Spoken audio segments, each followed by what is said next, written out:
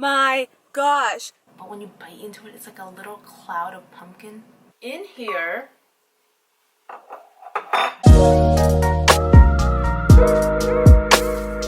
hi everyone, so we are headed to go get my variegated string of hearts. I've been on this wait list for about a month now. So I'm gonna pick up 2 variegated string of hearts and I'm so excited. This has been on my bucket list for a year now. You excited? He's not excited. Viso. Viso what? Variegated string of hearts. Is that the lingo?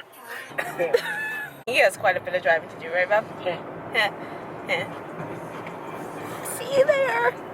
I'm just gonna show them here. Wow. Oh my gosh. Oh my gosh. Okay, I'm gonna take a picture. Oh my gosh. Check out how amazing these 2 are. This one is more pink and this one is way more white. But the size, like in comparison to my finger, look at the size of these hearts. It's gorgeous. So this guy, he was really nice. We've been messaging on Instagram and he used to have a nursery that was still private, but he doesn't let anyone go in anymore for now because they just moved locations. Yeah, we ended up going to his house where he does have a lot of plants, but this is amazing. Wow. Can you believe, honey, isn't it gorgeous? Mm-hmm. And you know how long I've been wanting one of these. Oh my goodness. Oh, I just dropped a heart. Heart down. Thumbnail. Okay, I'm gonna set these down now. We got precious cargo. I'm trying to hold on to it so it doesn't get knocked around because it's pretty fragile. Ah! It's windy. And I also forgot to mention that for my giveaway on YouTube, my last video, that I was giving away the variegated Monstera, I announced the winner today. I will probably have some giveaways in the future. I like doing it a lot on YouTube because it was way more manageable than Instagram giveaways, to be honest. Because with Instagram giveaways, I had like thousands of entries, and then on YouTube it was like 160 something. So yeah. Now we are headed home. It is quite a while later since we came back from getting those variegated string of hearts. I have been editing my YouTube video that went up before this one about those work pants. Now I'm gonna make my vegan pumpkin scone cookies. Even though they're vegan, they don't taste vegan at all. I was asked a lot on my Instagram whenever I post them for the recipe, and that's why I'm recording this. I have a lot of my favorite recipes in this book from Target. I don't remember where I got this recipe from, but I think I altered it. I'm pretty sure I did. I think I took out some sugar and then changed a few other things. I think I veganized it. I don't think it was initially vegan, but I have it written in here. Let's go ahead and get started. It's actually so simple. I probably should have started by getting the ingredients out instead of turning on the camera. The flour is literally behind the camera right now, and the camera is sitting on a whole bunch of Tupperware, so this is kind of a sketchy situation. I'm just gonna get all the ingredients and then I'll be right back. Okay, I gathered all of the ingredients, and I guess my question now is, are you guys one to prep everything, as in measure out everything beforehand and put them all out, or do you just do it as you go? I'm a definitely do it as you go kind of person. I'm gonna start by making my flax egg. For a flax egg, it's just 1 tablespoon of flax and 3 tablespoons of water, and then you mix it up and you kind of just let it sit, and then it gets all gelatinous. I'm gonna get 3 tablespoons of water. It's sitting in here, and I'm just gonna let it sit while I do the rest of the ingredients, and then I'll put that in later. I am gonna get out a mixing bowl, and I'm gonna sift the flour with this. I also have to make some chia seed pudding. I'm still on that kick. My husband and I are eating that every day still, so I've been making it once a week, like a big batch, when we actually finish it all. Do you guys like baking videos? I don't know. I'm just trying out some new things on this channel. Plants are fun. I love plants, clearly, but I like a lot of other things too. And I watch not only plant videos, I watch a lot of different types of videos, mostly vlogs. So, I don't know. I like seeing what my favorite YouTubers do in everyday life, I guess. Not that I'm interesting at all. Okay, 2.5 cups of flour. Okay. Okay, that's 2.5. 1 teaspoon of each baking powder and baking soda. Just 2 teaspoons of pumpkin pie spice. I love pumpkin pie spice. Before there became pumpkin flavored everything, I used to eat pumpkin every single day. I was basic before it was basic. I don't like pumpkin spice lattes though. It's too much for me. 2 teaspoons of that. I'm gonna do half of a teaspoon of some salt. Doesn't it just look so cute in these containers? I went bulk food shopping a lot, and I went to Sprouts. The employees were so mean about me bringing my own containers, even though it's supposed to be allowed. They had to subtract the weight of my container and they weren't happy about it. 1 1/4 cup of sugar. I care about bulk food shopping and all of that, but I get stressed out about it, which is really stupid because of those experiences. So anyways, the thing about these is, so it's like a scone, but when you bite into it, it's like a little cloud of pumpkin. So if any of you guys make this recipe, please tag me on Instagram because I'll be excited to see that. So I am just sifting it through. All I did is sift it in this bowl. Now, those were all of the dry ingredients. So what I'm gonna do now is mix the pumpkin, and I made this not long ago, so this is like half a can of pumpkin. And so I'm gonna use the rest of this. The amount of pumpkin that you need is a cup of pumpkin, so it's gonna be a little bit less than I need, but it's fine. The second batch with the leftover pumpkin is always not as good as the first because it's not enough, but I'm not gonna open another can of pumpkin for it. I am gonna mix this with my flax egg I made earlier. So my water and flax, I don't want to spill it, but it's right there.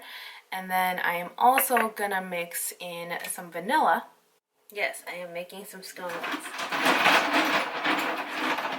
Exposed here. I'll cover you. Interrupting. Now I am going to start using the KitchenAid mixer that's over here. This is my roommate's. A lot of our stuff is still packed up because we didn't want to unpack when we have to move again to our new place, which is hopefully in 3 months. Yeah, I have the same one, but mine's a lot bigger. I was baking ever since I was in elementary school, I guess, and my mom got me one. I brought that all the way across the country with me when I moved. I am going to use half a cup of some coconut oil. Okay. I use coconut oil a lot in baking. So I have this giant Costco one. I'm going to drop that in the mixer. That's a half a cup of coconut oil that just went in there. And oh crap, I hope I have enough sugar. In here, I don't think I have enough sugar. I have stevia though, so I can just replace with some of that. 1 1/4 cup of sugar is going to be going in. Okay, so that's what I had. So pretend this is 1 1/4 cup of sugar. The rest of it is going to be stevia. I don't know, even the weight of stevia is just so different. Mix that up. So once that's fully mixed, I'm going to add the rest of this can of pumpkins, 1 teaspoon of vanilla extract, and then the flax egg that I made earlier. Scoop that in. I'm actually supposed to go to the gym after this. Oh, I can't even eat it right after I make it. So I'm just waiting. My husband is watching the game right now, so I'm really just killing some time. So a teaspoon of vanilla. I'm going to pour in the egg, flax egg. So this is what the wet ingredients look like, and now I'm just scraping down the sides, and then I am going to add the dry ingredients that I mixed earlier in that other mixing bowl. My goal with this part now is to be able to pour this in without getting it everywhere. So I'm going to pour in like half of this dry mixture first, and then I'm going to mix this a little bit.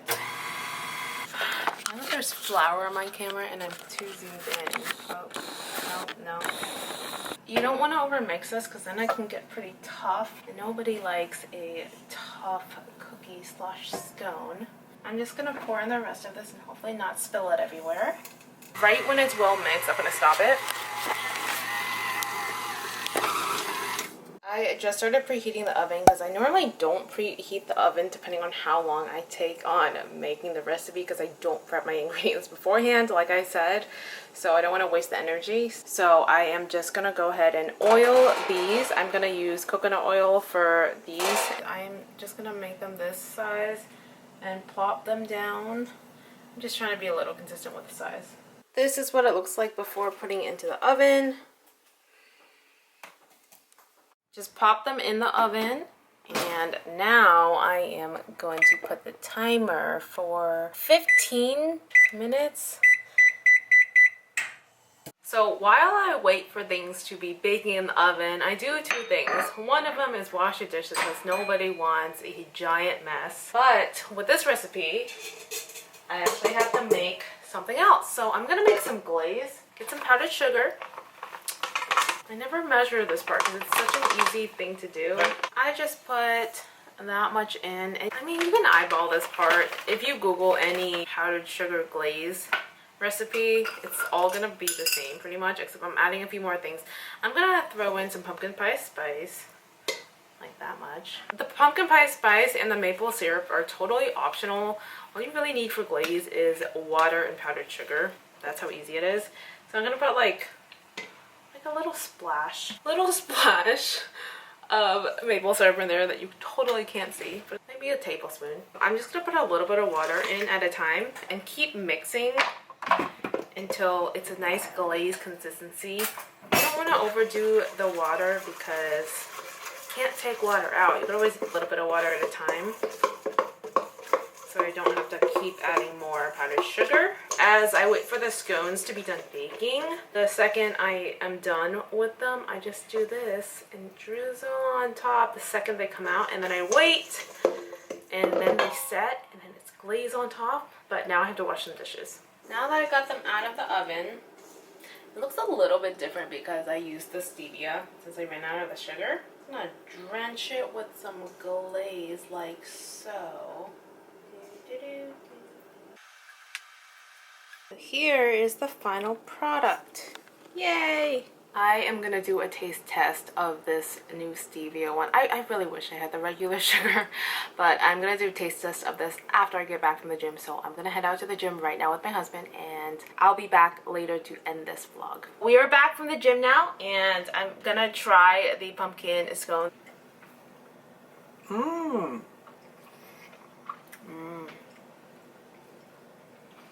So with the stevia, can you tell?